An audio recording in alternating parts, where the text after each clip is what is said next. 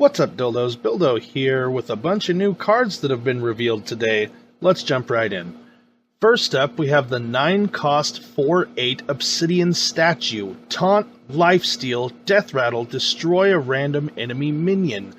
I don't know if this is going to see a lot of play, depending on if we get that Control Priest that they're really trying to get going. But I think this is going to be a buff to, Shifting Amber? That 8-cost spell that came out not that long ago for Priest. This is going to be a huge swing for that, because every once in a while you'll get Yogg or something that's just not very great from the Shifting Amber, and your choices are very limited. This is going to be another choice that's probably going to pop up more often because it is a Priest card, and I think it's going to be a huge swing because it has that Taunt, Lifesteal, and Destroy an enemy minion. It's going to be huge. As a playable card by itself, only in a really control-heavy deck. We'll see how it goes. You can't really predict the meta till it comes out. Most of the time, you just end up being wrong. Next up, we have a new mage spell that I'm super excited to try out. The 8-cost Glacial Masteries. Put one of each secret from your deck into the battlefield. Now, I hear a lot of people talking about, oh, this is not as good as Mysterious Challenger. Who am I? None of your business. But I mean, it's just different. You can't compare it in the fact that, yes, some of the Paladin secrets are going to be more powerful in different ways, but the Mage secrets cost 3. So this is going to be way more value than the Mysterious Challenger ever thought about bringing, because all the Paladin secrets cost 1. So a 3-cost spell and a 1-cost spell are going to have completely different effects. And if you can stack your entire board with all these secrets, make the Christmas tree, and then thin out your deck at the same time for whatever ending combo that you have, because Mage is one of those ones where you're okay to run out of spells at the end of the game. As long as you don't fatigue through your ice block and screw yourself over, PSA, fatigue will kill you even if you have an ice block on, just so you know. I think we're going to see a lot of this one. I'm excited about it. I don't know if it's going to be great, but I think a lot of people are going to try to make it great. Next up, we have a new rogue card with a very interesting mechanic, a 4-cost 5/3 Rune Forged Haunter. During your turn, your weapon doesn't lose durability. This is going to be a really interesting one. I don't do a lot of the weapon decks, so I can't think right off the top of my head of the things you can do with this.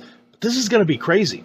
If you can keep this guy around for a few turns, it's going to add value exponentially over turns, you know.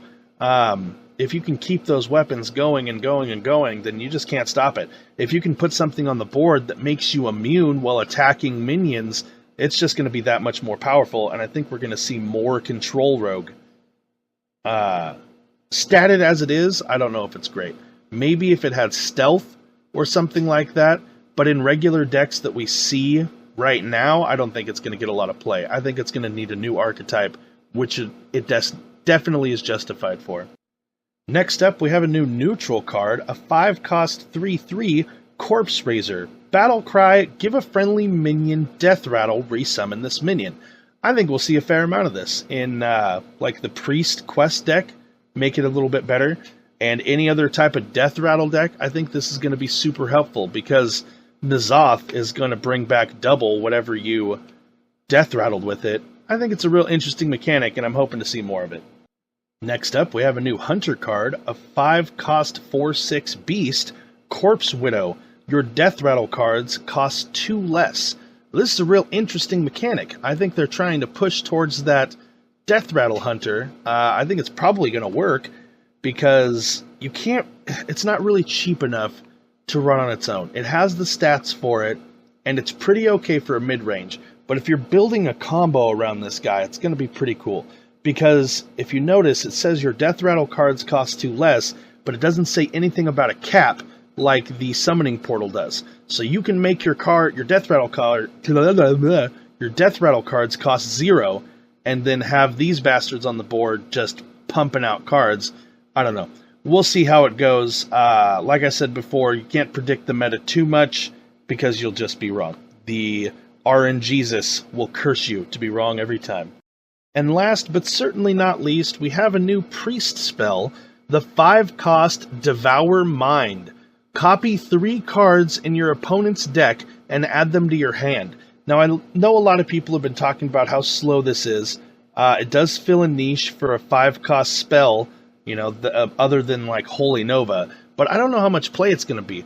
There is a fair amount of spell cost reduction and card cost reduction that are coming up with this, so we'll see how it goes, because if this was a 3 or 4 cost, I could see it going really well. Priests usually struggle with that 3 mana area, and also 4 damage minions, as you obviously know. But I don't know if it's me being hopeful, or if it's going to be a good card. I'm real hopeful. I'm going to put all of these cards into one deck, and it'll be all your cards belong to me, Priest. And I'll try to beat everyone I can with their own deck, and we'll see how it goes. But other than that, it might be too slow to see any real play in the meta. I don't know. We'll have to see. Maybe in some sort of Raza or Reno Jackson deck in the wild. I don't know. We'll see. But as always, if you're still sitting here listening to me ramble on about bullshit, you're obviously a true fan. Hit the subscribe button, leave a comment down below. I will get back to you. Good luck, have fun, and I'll see you on the Frozen Throne.